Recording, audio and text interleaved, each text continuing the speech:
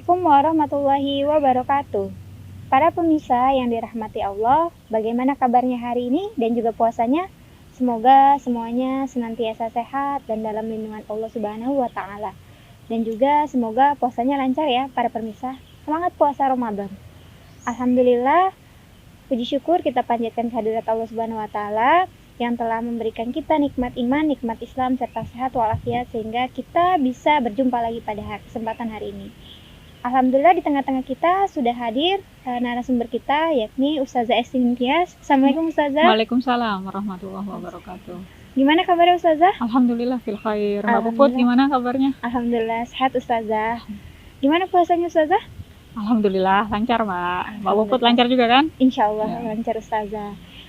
Ustazah ya, pada kesempatan hari ini kita mau bincang-bincang hangat nih Ustazah ya, mengenai belum lama ini ya Ustazah ya, ramai dibicarakan mengenai banyaknya gitu ya Ustazah, selama bulan Ramadan kan memang warung-warung makan itu atau tempat-tempat restoran Ustazah yang itu tutup Ustazah ya, tidak diperbolehkan untuk berbuka di siang hari Ustazah. Nah, tapi gitu ya, ada sebagian masyarakat yang menganggap bahwa tidak bermasalah gitu ya seandainya tempat-tempat makan atau restoran-restoran itu tetap dibuka gitu ya. Nah, bagaimana menanggapi perbedaan ini Ustazah? Ya, bismillahirrahmanirrahim. Assalamualaikum warahmatullahi wabarakatuh.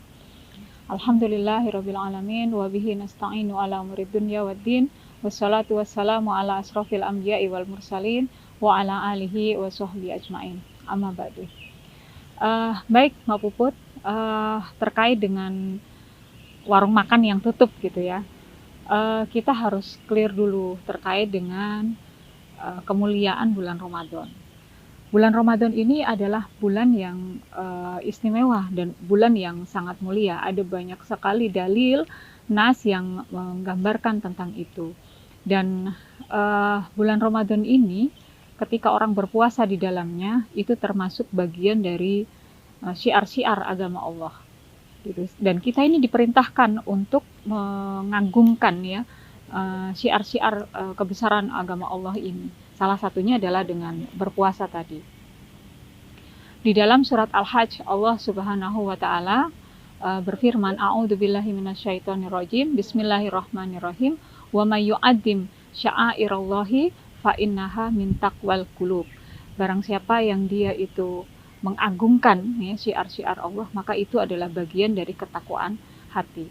Nah, artinya kita ini diperintahkan untuk kemudian mengagungkan ya, syiar-syiar Allah, dan puasa adalah salah satu bagian dari syiar agama Allah gitu. Nah, oleh karena itu menutup warung makan pada saat kaum muslimin menjalankan ibadah puasa itu juga bagian dari mengagungkan syiar-syiar agama Allah. Itu dari satu sisi ya. Nah, sehingga siapapun mereka gitu ya, ya dia tidak boleh gitu menampakkan makan dan minum di depan orang yang sedang berpuasa. Meskipun dia tidak puasa gitu kan, ada ya orang yang dia tidak puasa tapi dia tetap tidak boleh menampakkan makan dan minum itu di depan orang yang sedang berpuasa sebagai salah satu upaya mengagungkan syiar-syiar agama Allah ini. Nah, itu dari yang pertama. Nah, yang kedua, ada dalil yang lain yang meminta kita untuk tidak saling tolong-menolong dalam hal dosa dan maksiat.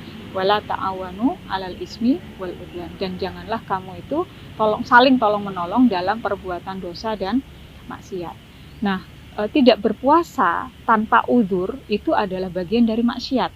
Maka ketika ada orang puasa kemudian dia tergoda karena ada warung makan yang buka, nah ini sebenarnya bagian dari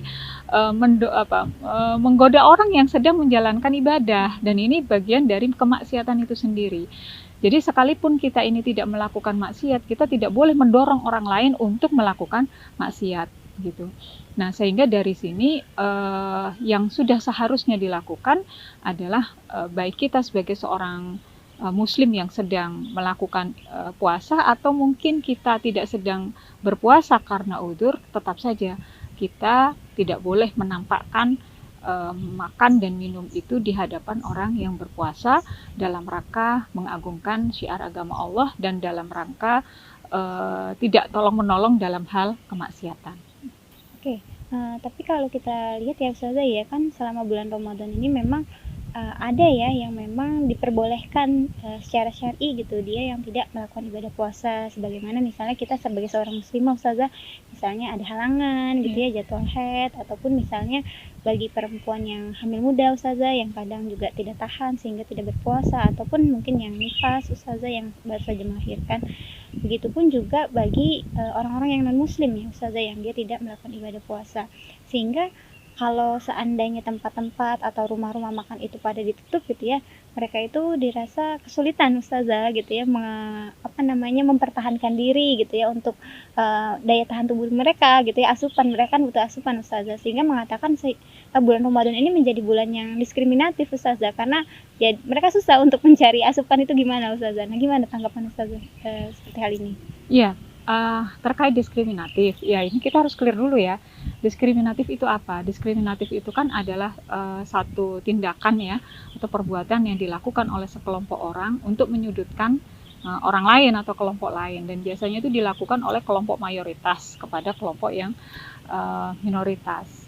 Nah, sedangkan artinya maksudnya itu dilakukan oleh manusia kepada manusia, sedangkan perintah puasa ini adalah perintah yang berasal dari Allah kepada manusia seluruhnya. Meskipun nanti di antara manusia itu ada yang dia itu muslim, ada yang dia itu kafir. Karena kalau menurut Imam Nawawi rahimahullah, beliau itu mengatakan innal kufar, sesungguhnya orang-orang kafir itu mukhatibuna bifuru'il syar'i. Orang-orang kafir itu mereka sebenarnya juga diseru dengan cabang-cabang hukum syariat. Dalil lain yang memperkuat ya, terkait dengan pernyataan beliau ini seperti dalam surat Al-Mudaththir.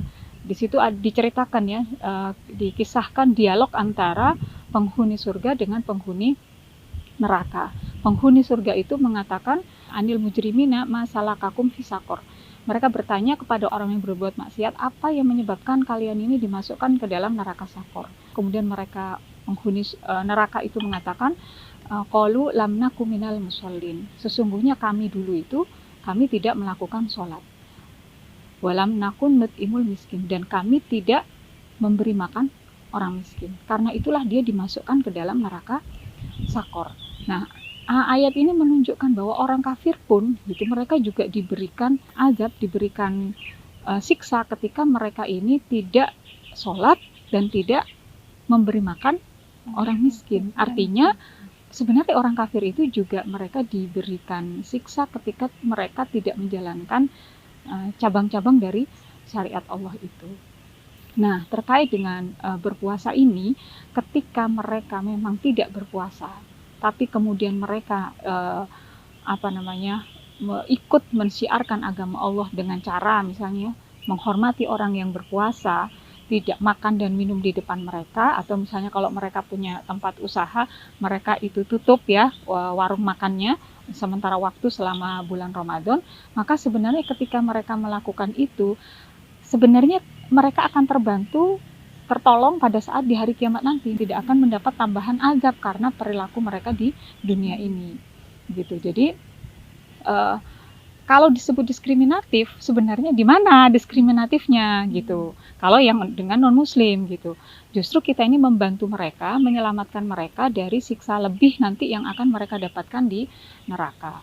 Itu satu ya. Nah, yang kedua, kalau perempuan yang mereka itu haid ya, bagi perempuan yang mereka mendapatkan haid, memang ada larangan dari Allah untuk melakukan ibadah puasa, sebagaimana Allah juga melarang mereka untuk melakukan ibadah sholat, kan begitu. Tetapi bagi mereka yang tidak berpuasa karena haid atau nifas ini, mereka wajib menggantinya nanti di luar bulan Ramadan sejumlah hari yang mereka tinggalkan itu. Jadi memang ada aturan khusus dari mereka yang mendapatkan haid. Nah, bagi mereka yang sedang sakit ya, atau mereka yang hamil muda, yang kalau dipaksakan puasa itu malah membuat kondisinya semakin kurang baik gitu ya, semakin ngedrop dan sebagainya, maka Allah memberikan kepada mereka rukhsah ya, kebolehan untuk tidak berpuasa. Nah, namanya rukhsah ya, rukhsah itu bisa diambil, bisa juga tidak diambil. Nah, itu dilihat dari kondisi masing-masing. Tetapi ketika dia mengambil rukhsah, dia wajib untuk menggantinya di hari-hari lain di luar bulan Ramadan sebanyak hari yang dia tinggalkan.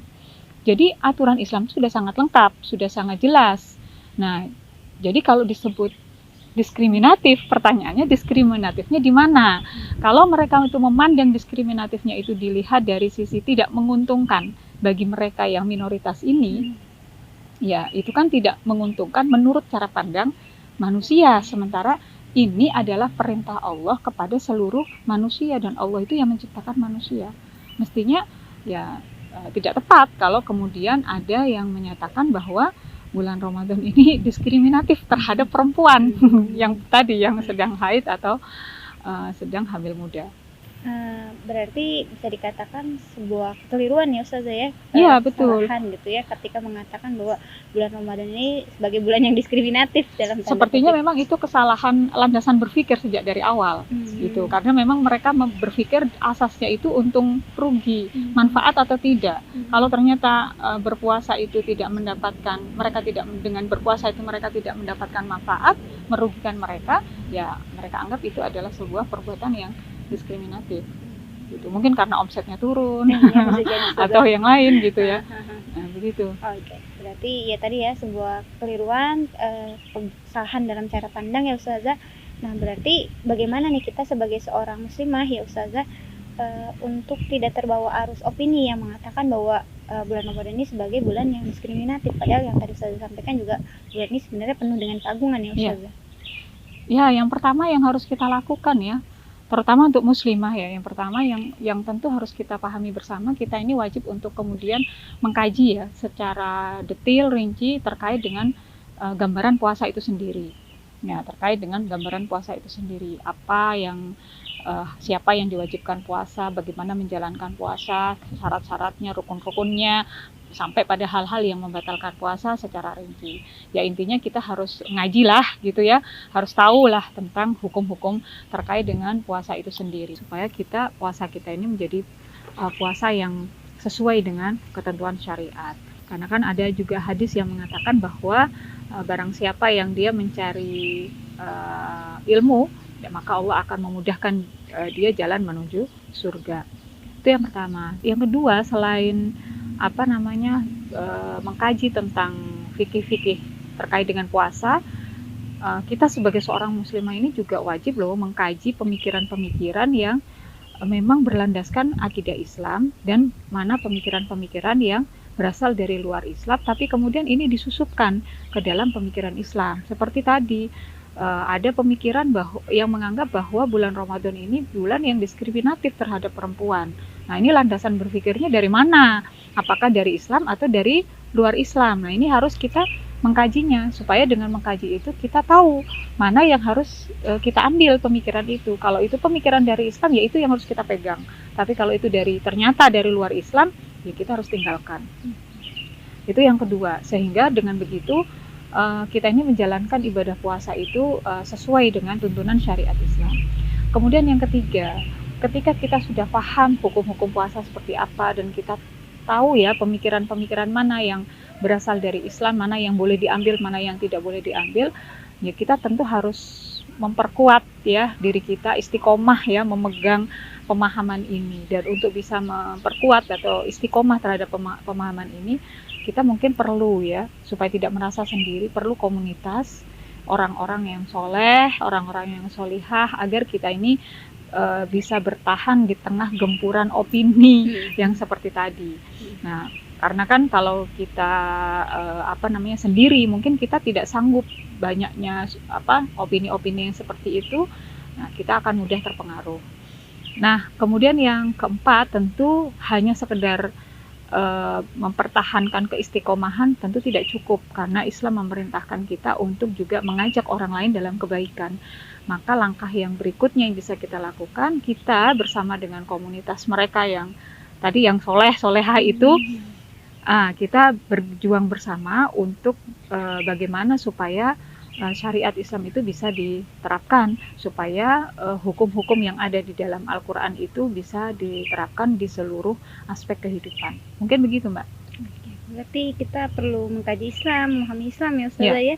Terus juga berarti butuh komunitas teman-teman yang memang mengajak kita dalam ketaatan, mengkondisikan dalam suasana ketaatan Ustazah ya. Dan juga memang selain kita sudah paham, punya lingkungan, dan kita mengajak orang lain ya Ustazah ya. Untuk sama-sama dalam ketaatan. Terlebih di bulan Ramadan ya Ustazah ya. Betul, itu pahalanya lebih banyak. Iya, insya Allah ya. Berarti insya Allah begitu ya para pemirsa yang dirahmati Allah. Syukran Ustazah, jazakallah khair atas waktunya Ustazah. Semoga Ustazah sehat. Amin. Keluarga juga sehat Ustazah. Mbak Puput juga begitu ya. Ya amin, amin ya rabbal alamin. Semoga puasanya lancar ya Ustazah. Dan kita sama-sama mendapatkan predikat takwa pasca Ramadan nanti Ustazah. Amin, amin, amin ya rabbal alamin. Ya, sekian pemirsa bincang-bincang hangat kita pada hari ini bersama Ustazah Esti Nintias. Saya Puput Dila Ketika pamit undur diri pada hari ini. Kurang lebihnya mohon maaf. Wassalamualaikum warahmatullahi wabarakatuh.